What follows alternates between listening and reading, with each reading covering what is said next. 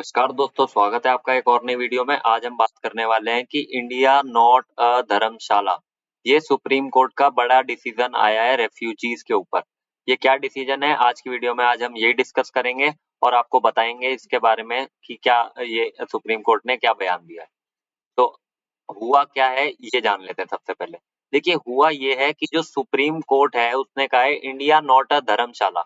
Supreme court का ये बड़ा बयान आया है रिफ्यूजीज के ऊपर। ये केस है श्रीलंकन तमिल नेशनल का। श्रीलंका का रहने वाला था ये नेशनल, श्रीलंकन सिटीजन है ये। इसके ऊपर ये है।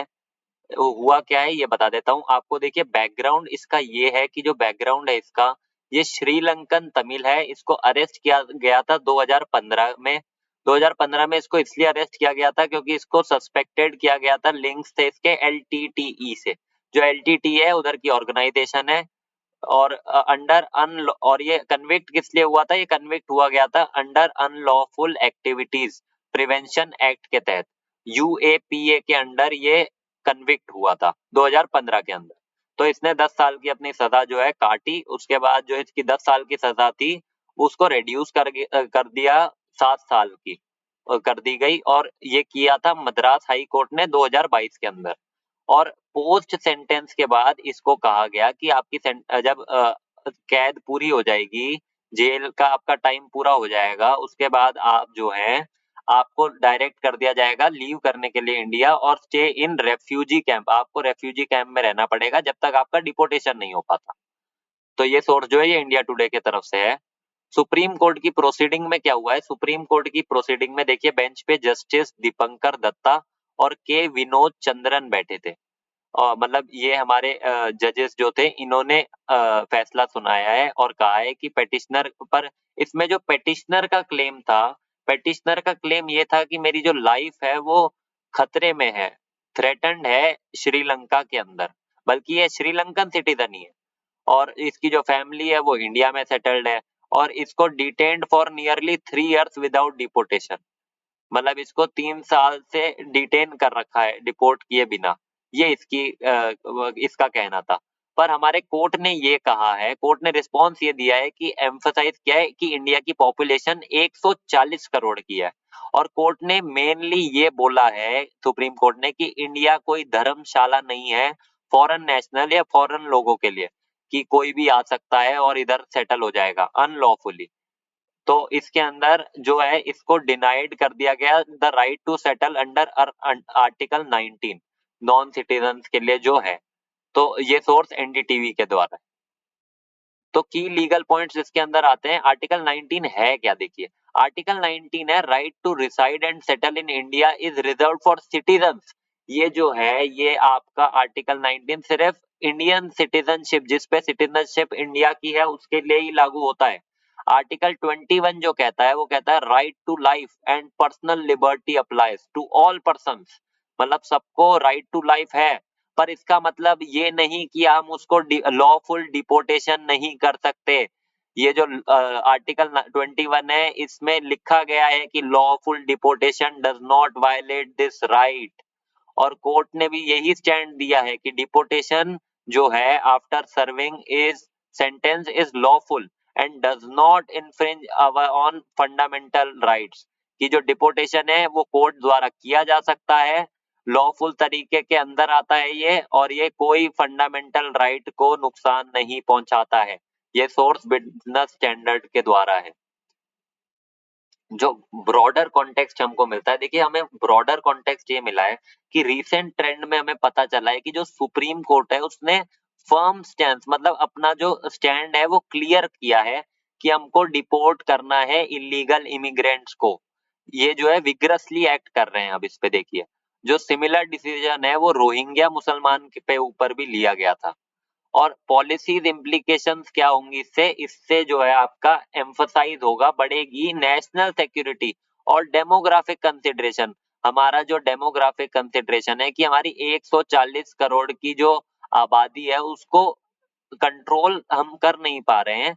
पर हम और डिपोर्ट तो कर सकते हैं ना। ये इलीगल इमिग्रेंट जो है ये इलीगली इंडिया में रह रहे हैं, इन पे कोई सिटीजनशिप है नहीं और ये गंद फैला रहे हैं इंडिया में, और कुछ नहीं है। इन्होंने काम का तो कुछ किया नहीं है। क्या क्या काम करते हैं? कुछ काम तो करते नहीं है ये देखिए। तो इसलिए हमको इनको निकालना बहुत जरूरी है। और reinforcement of legal procedure for asylum and deportation, कि आप जो है असाइलम लीजिए, पर असाइलम सही उस पे लीजिए ना। अगर आपकी कंट्री अच्छे से वर्क नहीं कर पा रही है तो हम कोई धर्मशाला तो है नहीं कि हमने खोल रखा है कि आप आइए और रह जाइए। देखिए ऐसे नहीं चलता है। तो हमें हमारा स्टैंड इसमें क्लियर है और ये बहुत अच्छा डिसीजन लिया गया है भारत सरकार और सुप्रीम कोर्ट के द्वारा। देखिए पब्लिक और लीगल रिएक्शन क्या है ये देख लेते हैं। जो सपोर्ट है वो किया गया है कि जो स्ट्रिक्ट इमिग्रेशन कंट्रोल है वो जरूर होना चाहिए, और ये बिल्कुल सही है, बिल्कुल होना चाहिए। क्यों नहीं है? क्योंकि इनकी सरकार जो है, जो इलीगल इमिग्रेंट्स रह रहे हैं, इनकी सरकार कुछ कर नहीं पा रही है अपनी कंट्री में।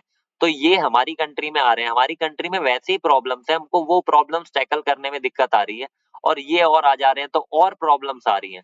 तो इनको हम जितनी जल्दी निकालें, इवैक्यूएट कर इनको निकालें हम जितना निकाल सकते हैं, क्योंकि ये इलीगली रह रहे हैं इधर, लीगली तो रह नहीं रहे हैं इसलिए।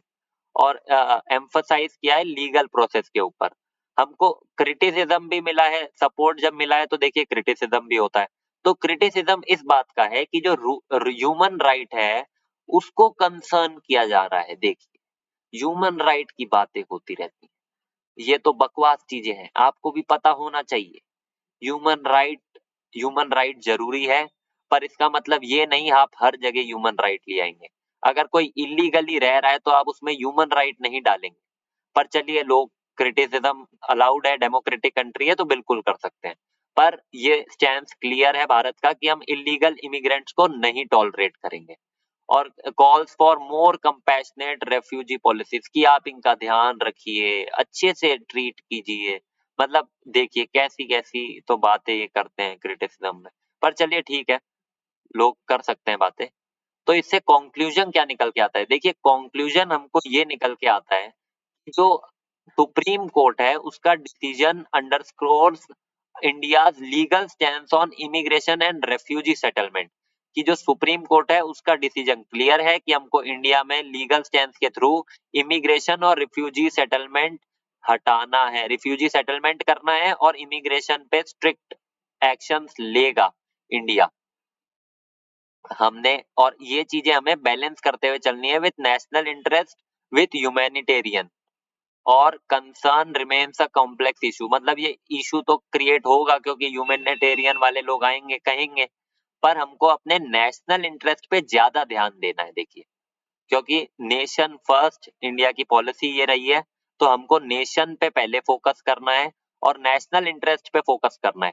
ह्यूमैनिटेरियन तो चलिए होता रहेगा। और फ्यूचर पॉलिसीज जो हैं may need to address the nuisance of individual cases while maintaining legal integrity.